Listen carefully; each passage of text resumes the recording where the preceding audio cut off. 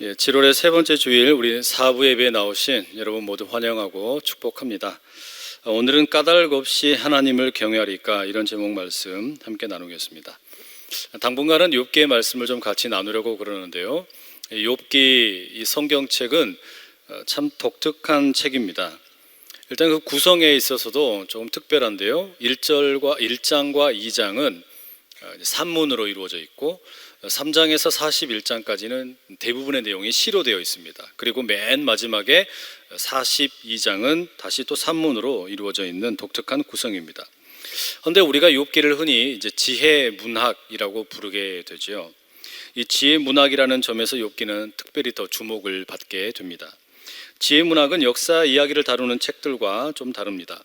구약 성경의 대부분의 책들은 역사와 관련된 내용을 담고 있습니다. 창조 이야기, 또 출애굽 이야기, 그리고 가나안 정복, 그리고 정착하는 이야기, 그리고 이스라엘의 왕국 이야기, 또 바벨론의 포로로 잡혀간 이야기, 이런 이야기들이 담겨져 있는 게 모세오경, 또 여호수아, 사사기, 룻기, 사무엘 상하, 열왕기 상하, 역대 상하, 에스라, 느헤미야, 에스더, 또 예레미야와 이사야, 에스겔, 다니엘, 이런 대부분의 책들이 역사의 굵직굵직한 내용들을 담고 있습니다. 우리가 역사를 배울 때, 우리 대한민국의 역사, 또 민족의 역사를 배울 때도 이런 굵직굵직한 사건들 중심으로 배우지 않습니까? 그래서 수많은 사건 가운데 임진왜란, 병자호란, 또 6.25 전쟁, 군부 독재, 민주화 운동, 이런 것들을 주로 배우게 됩니다. 그런데 성경에는 이렇게 역사에 대한 커다랗고도 거시적인 이야기만 가득한 것이 아니라 상당히 작은 이야기, 우리의 일상에서 경험할 법한 소소한 이야기도 등장을 하고 있습니다. 우리가 일상에서 경험하는 말, 돈, 또 가정, 우정, 또는 성, 토지, 이런 것과 관련된 여러 가지 이야기들이 신앙의 관점에서 묵상되고 성찰하는 내용들이 등장합니다. 그런 걸 가리켜서 우리가 지혜 문학이다라고 부르는 거죠. 그리고 이런 지혜 문학에는 잠언이나 전도서, 그리고 욥기가 해당한다고 할 수 있습니다. 이 지혜 문학은 그렇기 때문에 커다란 이야기에 관심이 별로 없습니다. 주로 작은 이야기, 소소한 일반적인 이야기에 귀를 기울입니다. 때문에 이 지혜 문학에서 들려주는 이야기는 교회 밖에서도 들을 수 있는 것처럼 보입니다. 우리가 인생을 살아갈 때 어떻게 살아야 할지, 또 도덕에 대한 이야기, 윤리에 대한 이야기가 가득합니다. 아마 이런 작품들 중에 대표적인 게 잠언일 것입니다. 잠언이 바로 그런 지혜 문학의 대표가 되죠. 이런 잠언의 대표적인 그 어떤 중심 주제가 뭡니까? 하나님을 믿으면 복을 받고, 또 하나님을 잘 섬기면 귀한 것을 누리게 된다. 이런 믿음의 이야기가 일상의 관점에서 서술되고 있는 게 잠언입니다. 이건 달리 말하면 하나님은 선하신 분이다. 그러니 그 하나님께 우리가 순종하고 또 충성하면 하나님께서도 우리에게 선하게 대해 주신다. 이런 진리를 담고 있는 거예요. 예를 들면 잠언의 2장 6절과 8절에 이렇게 기록하고 있습니다. 대저 여호와는 지혜를 주시며 지식과 명철을 그 입에서 내심이며 그는 정직한 자를 위하여 완전한 지혜를 예비하시며 행실이 온전한 자에게 방패가 되시나니 대저 그는 정의의 길을 보호하시며 그의 성도들의 길을 보전하려 하심이니라. 하나님께서 선한 분이라는 거예요. 하나님께서는 선한 분이시고 그 하나님을 우리가 충성되이 섬기면 우리에게도 하나님이 선하게 대해 주신다. 그런 이야기입니다. 여러분, 우리에게도 이런 믿음이 있지 않습니까? 저는 대학 시절에 아주 짧게 그 선교단체에 몸을 담은 적이 있습니다. 여름에 이 선교단체 전국 수련회가 있어서 참석을 한 적이 있는데요. 지금은 돌아가신 그 김준곤 목사님께서 설교를 하셨습니다. 그때 하이라이트가 뭐냐면 백문일답이라는 시간입니다. 김준곤 목사님이 수많은 질문을 하십니다. 여러분의 인생의 주인이 누굽니까? 또 캠퍼스의 주인은 누굽니까? 이 나라 이 민족의 주인은 누굽니까? 통일을 가져올 수 있는 분은 누굽니까? 이런 질문을 속사포처럼 쏟아내십니다. 그러면 그 질문에 대해서 모여있는 대학과 청년들은 모두 다 한 목소리로 동일한 대답을 외칩니다. 예수 그리스도! 이렇게 외치는 거예요. 질문은 달라도 답은 다 하나예요. 모든 질문에 대한 대답은 예수님이다. 이런 이야기죠. 영어권에서는 이런 걸 흔히 이렇게 하곤 하죠. 설교자가 선창으로 God is good 이러면 이제 all the time, 그렇죠. 이렇게 하는 거예요. 또 설교자가 all the time 하면 God is good 이렇게 하는 거예요. 이런 식으로 우리가 이야기를 하는 겁니다. 이게 무슨 이야기겠습니까? 예수님이 인생의 해답이시다. 또 하나님은 선한 분이시다. 이것을 우리가 믿고 고백을 한다라는 말이에요. 우리는 이걸 믿고 선포하고 또 가르칩니다. 그런데 여러분, 문제가 있다면 우리가 살아가는 인생이라는 것이 이런 공식대로 흘러가지 않을 때가 많기 때문이죠. 내가 살아가는 삶 가운데 이해할 수 없는 경우들이 너무 많다라는 데 문제가 있습니다. 나는 인생의 해답은 예수님에게 있다라고 믿고 싶은데 현실의 거대한 장벽을 만나게 되면 그 믿음이 흔들리는 거예요. 나는 하나님이 선한 분이라는 것을 믿고 싶은데 처참한 좌절을 경험하게 되면 하나님이 선한 분이라는 것이 믿어지지 않을 때가 있게 된다라는 말이죠. 정말로 내가 열심히 신앙생활을 했고 하나님 믿고 예수님 믿고 그렇게 열심히 봉사를 했음에도 불구하고 어제보다 오늘이 나아지지 않는 것처럼 보이면 나의 삶의 현실을 바라보면서 우리가 좌절하게 되고 그것이 결국은 우리의 믿음의 이 뿌리를 흔들게 만드는 결과들이 생긴다라는 말이죠. 우리가 삶에서 경험하는 일들이 꼭 이 잠언의 가르침처럼 일어나지 않을 경우가 너무 많다는 말이에요. 현실은 애매하고 설명되지 않는 경우가 참 많습니다. 투명하지도 않고 뚜렷하지도 않고 뭔지 모를 이상한 그런 경우들이 많다라는 말이죠. 여러분, 우리가 옆에서 가만히 보면 무책임하고 정직하지 않은 사람들이 도리어 잘 먹고 잘 사는 거 우리 많이 보지 않습니까? 그런데 반면에 하나님을 잘 섬기고 착하게 사는 사람이 오히려 힘겹게 사는 거예요. 심지어 비극적인 죽음을 맞이하는 경우들도 있다는 말입니다. 이런 일들을 보면서 우리의 신앙에 질문이 생긴다는 거예요. 의심이 생긴다라는 말이죠. 며칠 전에 프랑스의 대혁명을 기념하는 날인 바스티유의 날에 그 유명한 휴양 도시인 니스에 트럭 테러가 일어나서 그냥 비참한 일이 벌어졌습니다. 사람들이 그냥 조용히 걸어 다니고 있었는데 트럭이 날아와서 그대로 밀고 가는 겁니다.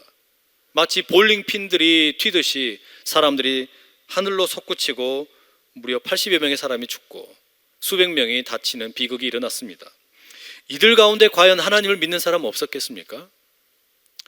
또 2014년 4월 16일 날 세월호 참사로 사망자가 295명, 아직 미수습된 인원이 9명 발생을 했습니다. 여러분, 이들 가운데 하나님 잘 믿는 사람 없었겠냐는 말이에요. 우리나라에서는 2015년 작년 한 해 동안 4,621명이 교통사고로 목숨을 잃었습니다. 이들 가운데 하나님을 믿는 사람 없었겠습니까? 2014년 한 해 산업재해로 목숨 잃은 분이 1,850명입니다. 이들 가운데 하나님 잘 믿는 사람 없었겠습니까? 같은 2014년에 암으로 인해서 목숨을 잃은 분이 76,611명입니다. 이들 가운데 하나님 믿는 사람이 왜 없었겠냐는 말이에요. 질병과 자연재해 또 테러를 비롯해서 이 땅에 원하지 않는 일들이 이렇게 수없이 우리에게 몰려오게 될 때 수많은 사람들이 닥치고 죽습니다. 과연 그런데 우리는 이런 일을 신앙의 눈으로 어떻게 이해할 수 있냐라는 겁니다. 나는 하나님을 선한 분이라고 믿고 살아왔고 내 인생의 모든 정답은 예수님께 있다고 믿어왔고 교회를 충성되이 섬겼음에도 불구하고 왜 내게 질병이 찾아오고 고통이 찾아오고 문제가 생기느냐라는 것에 대해서 우리는 질문하게 되고 의심하게 되고 어려움을 겪게 된다는 말이에요. 바로 이런 고통스러움과 문제와 아픔 가운데 있는 이들에게 들려주는 책이 욥기라는 책입니다. 우리가 이 욥기의 말씀을 읽으면서 내 인생에 일어나고 있는 수없이 많은 고통과 아픔들의 문제를 끌어안는 채 우리 하나님의 음성을 들을 수 있기를 간절히 축복합니다. 오늘 우리가 1절의 말씀 이렇게 시작하는 걸 볼 수 있습니다. 우스 땅에 욥이라 불리는 사람이 있었는데 그 사람은 온전하고 정직하여 하나님을 경외하며 악에서 떠난 자더라. 욥기가 시작을 하면서 1장 1절에 욥이 어떤 사람인지를 소개를 합니다. 이 욥은 우스 땅에 거주하고 있었습니다. 그런데 여러분, 이 우스 땅이 어디인지를 아는 사람이 한 명도 없어요. 이 우스 땅이 어디인지를 아무도 모른다는 거예요. 이게 무슨 말입니까? 이 욥이 역사적인 인물이라기보다는 우리가 텔레비전의 드라마에서 볼 법한 그런 등장인물, 캐릭터와 같은 존재라는 겁니다. 얼마 전에 대단히 인기를 많이 끌었던 그 태양의 후예라는 드라마 있었죠. 거기에 유시진 대위가 나오는데, 이 유시진 대위와 결혼하겠다고 국방부에 전화해가지고 소개해달라고 하면 이게 가능한 일입니까? 택도 없는 일이죠. 그러면 정말 곤란하지 말입니다. 또 그 아주 어여쁜 강모연 선생님이 나오는데, 이런 예쁜 의사 선생님에게 진료받겠다고 병원에 가보십시오. 있습니까? 없어요. 그런데 여러분, 우리는 유시진 대위나 강모연 선생이 진짜 현실에 존재하지 않는다는 걸 알면서도 이 드라마 보면서 어때요? 울기도 하고 웃기도 합니다. 왜 그렇습니까? 그 이야기에 우리가 공감하기 때문이죠. 그 이야기에서 그게 마치 내 이야기처럼 들리고 우리 가족의 이야기처럼 들리기 때문에 그런 공감이 일어날 때 우리는 울고 웃는다라는 말이에요. 그게 이야기의 힘이라는 것이죠. 그처럼 이 욥의 이야기라는 것은 하나님은 정말로 선한 분인가?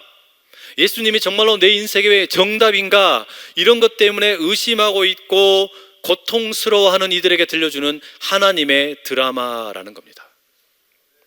이 드라마의 주인공인 이 욥의 이름부터가 심상치 않습니다. 이 욥의 이름의 뜻이 뭐냐? 보통 두 가지가 있다라는 이 의견의 충돌이 있습니다. 한편에서는 욥은 아버지는 어디 계신가 이런 뜻이라고 말하고, 또 한편에서는 핍박받는 자 이런 뜻이다라고 말합니다. 그래서 이 둘 중에 하나를 선택하지 말고 이 두 개를 가만히 한번 합쳐보세요. 그러면 우리가 욥이라는 이름을 듣게 되면 이런 상상을 해보게 됩니다. 하나님 아버지, 내가 핍박받고 있을 때 어디 계셨습니까? 그게 욥의 이름이라는 거예요. 하나님 아버지, 내가 핍박을 당하고 있을 때 도대체 어디에 계셨습니까? 그게 욥의 이야기의 내용이라는 걸 짐작할 수 있죠. 이 욥의 이야기가 시작이 됩니다. 그런데 우리가 더 흥미진진하게 느끼게 되는 건 이 욥이라는 인물이 너무 멋있기 때문입니다.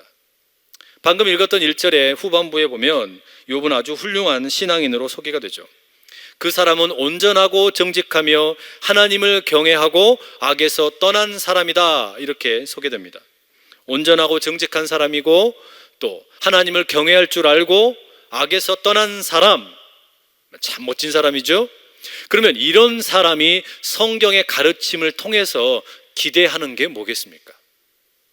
시편의 37편 37절에 보면 온전한 사람을 살피고 정직한 자를 볼지어다. 모든 화평한 자의 미래는 평안이로다, 이런 말씀이 나와요. 달리 말하면 온전하고 정직한 사람, 하나님을 경외할 줄 아는 사람, 악을 미워하는 사람, 이런 사람이 기대하는 게 뭐예요? 평안과 화평이라는 겁니다.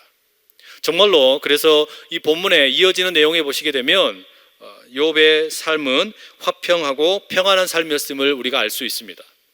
먼저 욥에게는 아들이 7명에 딸이 3이 있었습니다. 총 10명의 자녀가 있었겠죠. 그런데 이 당시의 삶의 모습에 가장 큰 복이 있다면 다산의 복입니다. 그런데 이 욥에게는 많은 자녀들이 있다는 말이에요. 다산의 복을 누렸다는 것이죠. 그리고 이어지는 내용에 보면 수많은 양을 비롯한 재산을 가지고 있는 걸 보게 됩니다. 달리 말한다면 국제적으로 유명한 재벌이라는 말입니다. 우리말 성경 3절에 욥을 가리켜 동방 사람 중에 가장 훌륭한 자라고 번역을 해놨는데, 이것을 요즘 우리식으로 표현한다 그러면 빌 게이츠와 같은 국제적인 거부라는 말로 이해할 수 있겠습니다. 세계 최고의 거부다, 이런 말이죠. 여러분, 이렇게 다산의 복도 누렸고 또 재산도 많은 사람인데 욥은 교만하지도 않아요. 5절에 보시게 되면 자녀들이 생일이 되어서 잔치를 하면 그냥 지나가지를 않습니다. 생일 잔치를 하면서 혹시라도 자녀들이 죄를 범했을까 봐 생일 잔치 후에 그 자녀들을 위해서 제사, 예배를 드립니다. 이게 왜 그러겠어요? 자녀들을 정결하게 성결하게 그렇게 살기 원하기 때문이었습니다. 이게 욥이라는 거예요. 그리고 5절 끝부분에는 이렇게 기록되어 있죠. 욥의 행위가 항상 이러하였더라. 와, 이건 뭐 그냥 완벽한 인물 아닙니까? 완벽한 인물. 보십시오. 다산의 복을 누렸지, 재물의 복이 많지, 하나님을 예배할 줄 아는 겸손한 마음이 있지, 또 자녀들을 가족들을 정결케 하는 의로운 사람이지, 게다가 이것이 일회적인 행동이 아니라 늘상 그러는 아주 뛰어난 습관이 건강한 사람이지. 이거 완전히 완벽한 사람이에요. 부러울 게 없는 사람입니다. 욥은 그야말로 이 잠언에 기록되어 있는 모든 복을 누리기에 조금도 부족함이 없는 사람입니다. 우리가 흔히 생각할 때 그래서 뭐 사람들이 부러워할 만한 최고의 인기 매력남 순위 세계 1등 뭐 이런 인물이에요. 그런데 여러분, 우리가 드라마를 봐도 뭔가 이렇게 너무 완벽하고 또 평안하고 또 모든 것이 좋을 때 왠지 불안하지 않으세요? 이 이야기 뒤에 괜히 이게 깨질 것 같은 그런 느낌 받아보지 않으셨어요? 그 이야기가 이제 전개되는 겁니다. 자, 6절로 넘어가시게 되면 지금까지 땅에서 일어났던 카메라의 앵글이 땅에 욥을 비추고 있다가 이제 그 각도가 하늘로 올라가게 되죠. 6절에 이런 말씀이 기록되어 있습니다. 하루는 하나님의 아들들이 와서 여호와 앞에 섰고 사탄도 그들 가운데에 온지라. 땅에서 완벽한 모습으로 살고 있는 욥을 보여준 후에 이제 하늘의 모습을 보여주는 거예요. 자, 여러분, 이 일상의 모든 평화가 지금 이제 송두리째 흔들리기 전에 폭풍 전야 같은 모습을 보여주는 겁니다. 실제로 그렇죠. 지금 땅에 살고 있는 욥은 앞으로 자신에게 무슨 일이 닥칠지 전혀 모릅니다. 아무것도 몰라요. 심지어 하늘에서 일어나고 있는 지금 이 회의와 대화에 대해서도 아무것도 알지 못합니다. 욥이 아는 것이라고는 그저 자기가 만나게 될 그 고통 때문에 힘겨워하는 것밖에 없습니다. 그런데 여러분, 욥은 모르지만 우리는 아는 거예요. 이 욥의 이야기를 읽으면서 욥의 고통의 배후에 하늘의 사건이 있었구나, 우리는 이걸 짐작을 할 수 있게 됩니다. 그 하늘에는 사탄이 있었습니다. 여기서 사탄이라는 말의 의미는 고소하는 자, 고발자라는 말입니다. 일종의 비밀 경찰 요원과 같습니다. 이 사탄은 고발하는 것을 즐거워합니다. 무엇을 고발하는 것이냐? 하나님께 하나님의 백성들이 늘 순종하고 사는 것이 아니더라, 죄 짓고 살더라, 또 아주 멋대로 살더라, 이런 것을 고발하는 것이 사탄의 임무입니다. 하늘에서 열린 대화를 보십시오. 하나님께서 사탄에게 물으셨어요.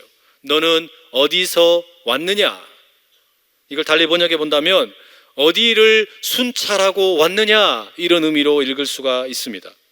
그러자 사탄이 대답을 하죠. 땅을 두루 돌아다니며 여기저기 다녀왔나이다. 이거를 저는 이렇게 상상을 해보았습니다.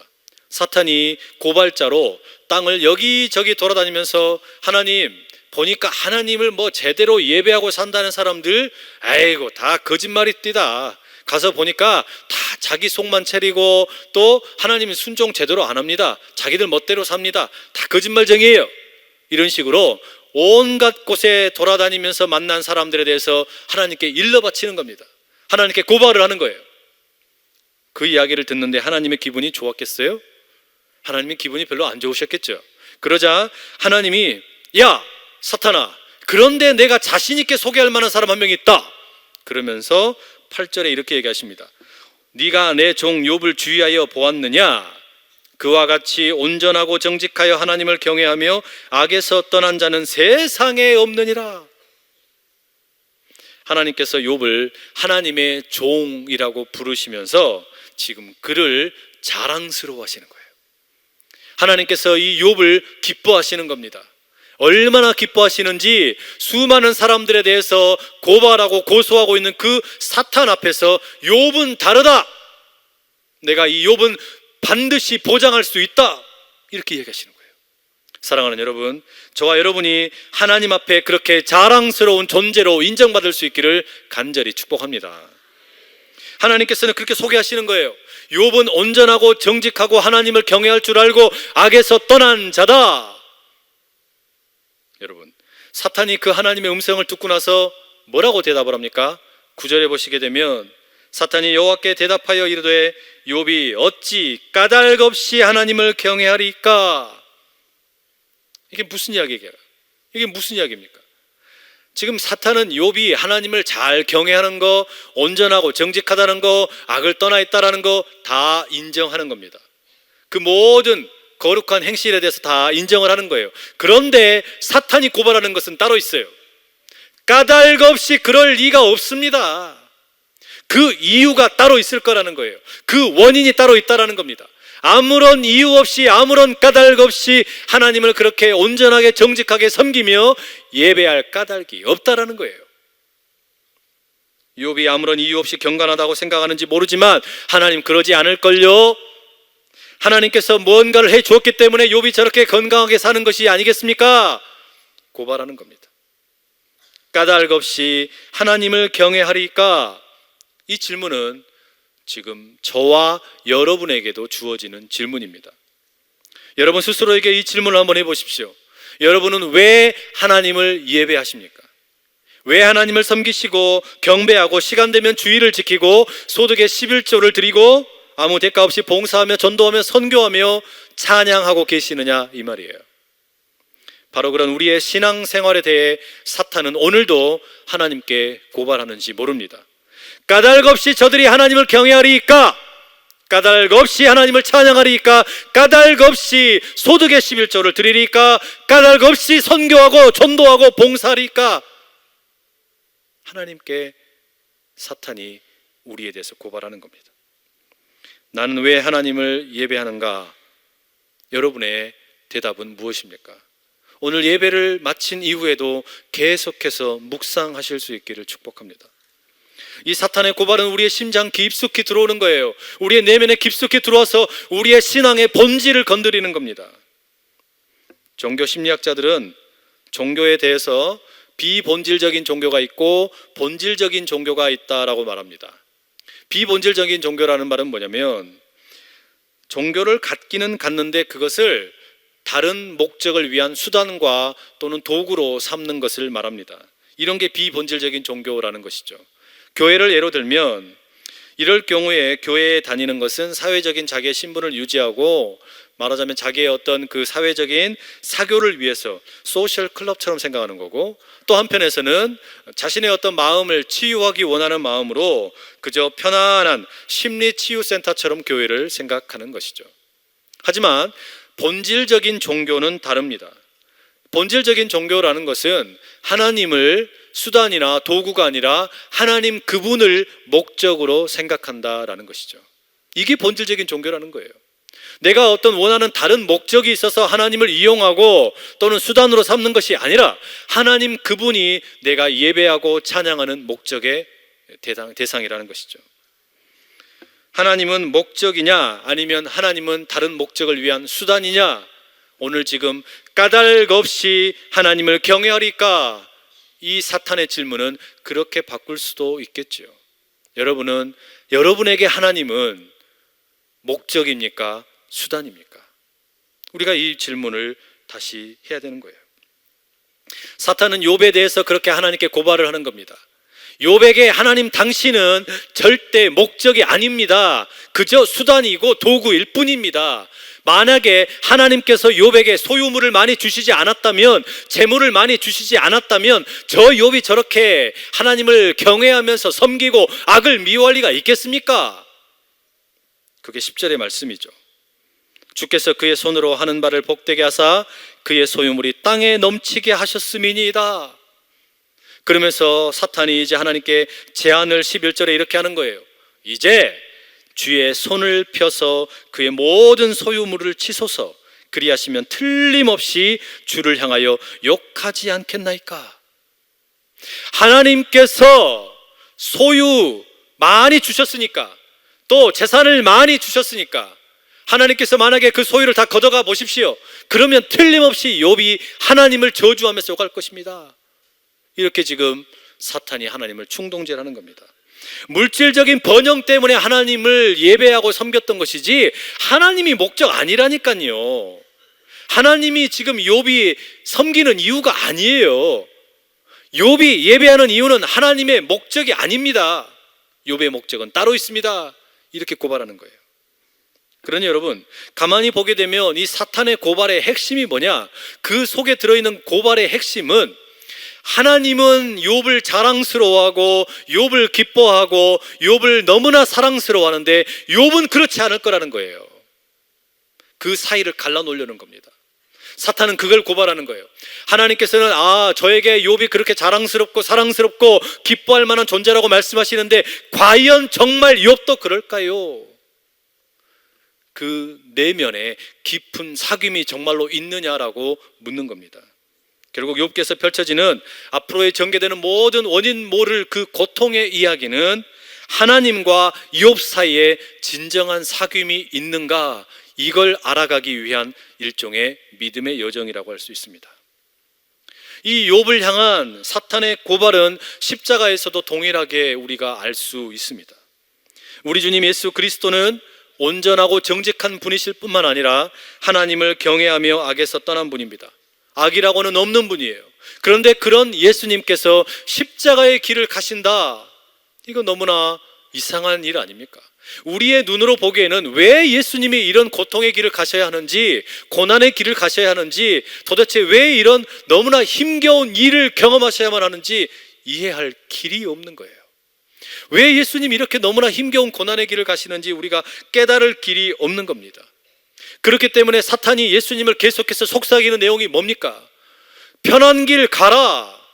왜 이런 고난의 길을 가려고 그러냐? 내가 너 잘해줄게. 예수님을 회유하고 넘어뜨리려고 하지 않습니까? 십자가 길을 가지 마라고 그러는 겁니다. 예수님이 하나님을 제대로 섬기는지, 하나님과 예수님 사이에 그 정말 깊은 사랑과 서로 신뢰하고 자랑스러워하는 그것을 깨뜨려버리고 싶어 하는 거예요. 그래서 고난의 길 가지 말라라고 십자가의 길을 가고 있는 그 예수님을 회유하고 있지 않습니까? 그런데 우리 주님께서는 그 십자가에 달리셔서 아버지 나를 어찌하여 버리시나이까, 아버지 지금 어디 계시나이까, 욥의 이름처럼 부르짖고 계시지만, 그러나 마지막에는 이렇게 고백하시죠. 아버지, 내 영혼을 아버지 손에 부탁합니다. 그 십자가의 자리, 우리의 눈으로 보기에는 도저히 이해할 수 없는 자리지만 그 십자가에는 도무지 이해할 수 없는 자리에서 역설적으로 하나님 아버지와 아들 예수 그리스도 사이에 가장 친밀한 사랑과 자랑스러움과 기뻐함이 있는 줄로 믿습니다. 이게 십자가예요. 이 십자가의 고통의 자리에서 도무지 헤아릴 길이 없는 하나님의 사랑과 예수님의 그 순종이 만나서 귀한 은혜가 펼쳐진다는 말이죠. 여러분, 우리는 어떻습니까? 우리도 욥처럼 이 땅에서 살아가는 유한한 존재입니다. 언젠가 우리는 생을 마감하고 이제 주님 앞에 서게 되겠죠. 그런데 우리는 하늘에서 어떤 일이 벌어지는지 알지 못하고 내일 무슨 일이 펼쳐질지 아무것도 모르면서 살아가는 존재입니다. 하늘에 어떤 일이 진행되고 있는지 우리는 알지 못합니다. 느닷없는 자연재해로 인해서 살아가는 가족을 잃을 수도 있고, 교통사고를 만날 수도 있고, 몹쓸 질병으로 인해서 고생할 수도 있습니다. 우리가 그런 일을 겪을 때마다 우리가 어떤 생각이 듭니까? 하나님은 정말로 선한 분인가? 예수님은 내 인생의 정답이 되시는가? 의심이 되는 거예요. 믿을 수가 없는 거예요. 그런 의심이 스멀스멀 올라올 때 우리가 기억할 것이 있다는 말이죠. 만약에 정말로 내가 믿는 하나님이 나에게 수단이나 도구가 아니고 그분이 나의 목적이라면, 나는 하나님을 이용하는 것이 아니라 하나님의 뜻대로 사는 것이 나에게 진정한 기쁨이라면, 십자가 예수님의 그 고통의 자리에서 하나님과 예수님 사이에 가장 깊은 사랑이 발견된 것처럼 나의 삶에 찾아오는 고통과 그 아픔이 어쩌면 하나님을 향한 나의 사랑을 더 깊게 만들어주고, 나를 자랑스러워하시는 그 하나님 앞에 하나님, 나도 하나님을 자랑스러워한다고 외칠 수 있는 귀한 은혜의 자리가 될 줄로 믿습니다. 우리 주님께서는 그 십자가의 고통을 통해서 우리에게 그것을 몸소 먼저 보여주셨고, 욥은 우리에게 그 길을 걸어가는 일종의 모델로 등장을 한다라는 것이죠. 사랑하는 성도 여러분, 찬송가 382장 1절과 4절에 이런 가사가 나옵니다. 너 근심 걱정 말아라, 주 너를 지키리. 주 날개 밑에 거하라, 주 너를 지키리. 주 너를 지키리. 아무 때나 어디서나 주 너를 지키리. 늘 지켜주시리. 어려운 시험 당해도 주 너를 지키리. 구주의 품에 거하라. 주 너를 지키리. 주 너를 지키리. 아무 때나 어디서나 주 너를 지키리. 늘 지켜주시리. 우리 믿음의 고백을 가지고 때로 우리가 살아가는 현실 가운데 아픔과 고통 때문에 나의 믿음의 뿌리가 흔들리는 것처럼 느껴질 때, 하나님 도대체 내가 핍박받고 있을 때 어디에 계십니까? 나의 이 어려움을 헤아려 주시지 않습니까? 하나님 앞에 나와서 울 수밖에 없고 예수님이 정말로 내 인생의 정답인지 의심이 될 때, 그래서 우리 주님 앞에 나와 울 수밖에 없는 그때에 사실은 우리에게 이미 찾아와 계시는 그 주님을 만나실 수 있기를 간절히 축복합니다. 오늘 우리는 정답을 알지 못하는 여러 가지 많은 고통을 만나게 되지만, 저는 그 정답을 드릴 수 없지만, 그러나 우리 주님께서는 그 고통의 자리에서 우리를 만나주시고 품어주시고 사랑으로 덮어주셔서 우리 가운데 새로운 일을 보여주실 줄로 믿습니다. 그분이 우리 하나님이시고 그분이 우리의 주님이시라면 우리 시간에 같이 한번 기도하며 나가십시다.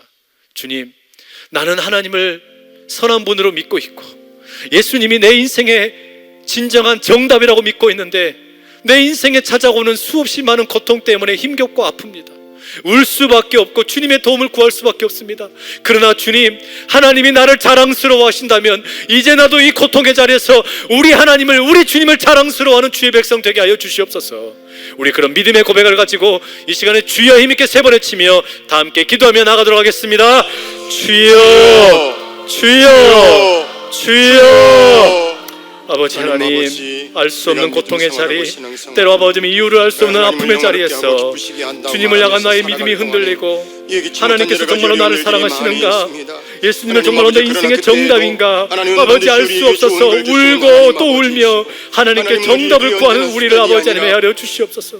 주의 얼굴을 만나기 원하여, 주의 손길을 경험하기 원하여 아버지 하나님 매달릴 때 주여 우리 외면하지 마시고 찾아와 주셔서, 주님, 내가 하나님을 사랑한다고, 내가 주님이 나의 인생의 목적이라고 고백할 때 나를 사랑하는 그 주님을 함께 만나 울며 기도할 때 나를 자랑스러워하시는 우리 주님을 깊이 경험하는 복된 은혜가 있게 하여 주시옵소서. 사랑하는 주님, 온전하게 또 정직하게 하나님을 섬기겠다고, 또 하나님이 내 인생의 목적이라고, 하나님의 그 길을 걸어가는 것이 나에게 기쁨이라고 고백하며 살았는데, 때로 알 수 없는 인생의 아픔을 만나게 될 때 주님, 어찌하라고 우리를 외면하십니까? 내가 핍박받을 때 주님께서는 어디에 계셨습니까? 욥의 그 이름처럼 우리가 부르짖을 때 주여 우리를 만나 주시옵소서. 그러나 주님, 이 고통의 자리를 만나게 되고 아픔의 자리를 만나게 될 때 천상의 자리에서 사탄을 향하여 내가 나의 성도를 기뻐한다, 자랑스러워한다, 너무나 즐거워한다라고 우리를 자랑스럽게 요구하고 계시는 그 하나님을 기억하면서 이제 고통의 자리에서 우리도 하나님을 자랑스러워할 수 있게 하여 주시옵소서. 그리하여 그 고통의 자리에서 도리어 하나님을 향한 우리의 사랑과 하나님의 놀라운 은혜가 더욱더 깊어지는 것을 경험하게 하여 주시옵소서. 예수님 귀하신 이름으로 간절히 기도합니다. 아멘.